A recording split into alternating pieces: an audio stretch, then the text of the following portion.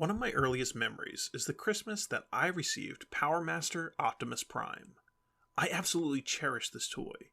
Like any young fan of the franchise, I wanted the leader of the Autobots more than anything. I loved it so much, I took it to my grandmother's house and promptly lost his super mode head in her basement. Luckily, my parents were able to order a replacement from Hasbro.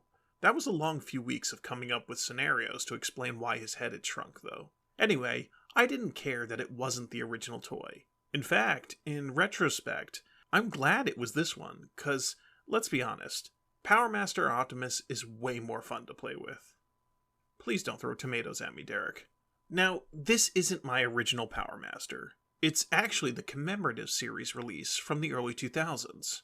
My original is long gone. We'll just say I loved it too much. The commemorative series Master Prime was a real treat. It used the Takara God Jinra version of the mold from Super God Master Force. This version sported die-cast parts, had retractable super mode hands, and included God Bomber, now dubbed Apex Armor, a second trailer to the toy that could parts form into a robotic drone and combined with the super mode to make it even bigger. Master Optimus took everything that was iconic about the Autobot leader and pumped him full of nucleon-laced steroids. His vehicle mode was beefier, his weapons were larger and more powerful, and he had a little Power Master buddy named High-Q, or Jinra, depending on your preference. Jinra folded into an engine and plugged into the front of the truck cab, unlocking Optimus's transformation. As a kid, I loved this feature.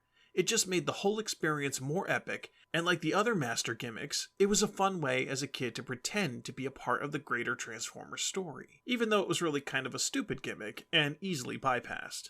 The base robot was a wonderful Optimus Prime shaped brick, with an added design influence of a butterfly, so it looks like he has truck windows on both sides. He sported bending elbows and knees, so he was great at intimidating his enemies with his superior squatting skills. Meanwhile, his trailer could fold out into, you guessed it, a base. As bases go, I actually don't hate this one. Probably because I used it a lot as a kid as the Autobots base. It integrated well with the Micromaster sets and couch pillows when I needed a large fortification for the Autobots. But in retrospect, it did just look like a giant Optimus doing a split. When things got tough, the trailer could fold back up and merge with Optimus to form his super mode. And if you thought he was a brick before, just you wait. I absolutely loved this mode as a kid. And honestly, I still do.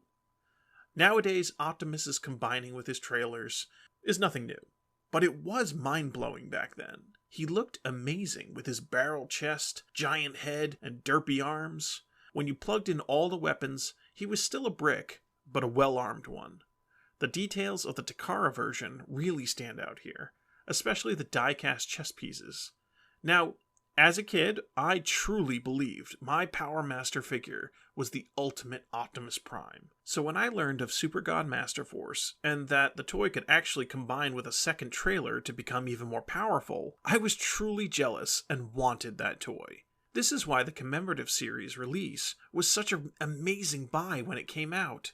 Now we had the Apex Armor, and could take Power Master Optimus Prime to a whole new, shiny chrome-plated level. The Apex Armor, or God Bomber, adds to Prime's height, gives him a jetpack, new gauntlets that I totally screwed up the stickers on, and of course that incredible chrome chest panel that you can plug a shoulder-mounted missile launcher into. He's still a brick, but if I'm being honest, Power Master Optimus is a shining example of why we all fell in love with Transformers as kids. He looks incredible, but more importantly, he sparks imagination. I keep this toy and a few other G1 figures because he is a reminder that we are what make these figures fun.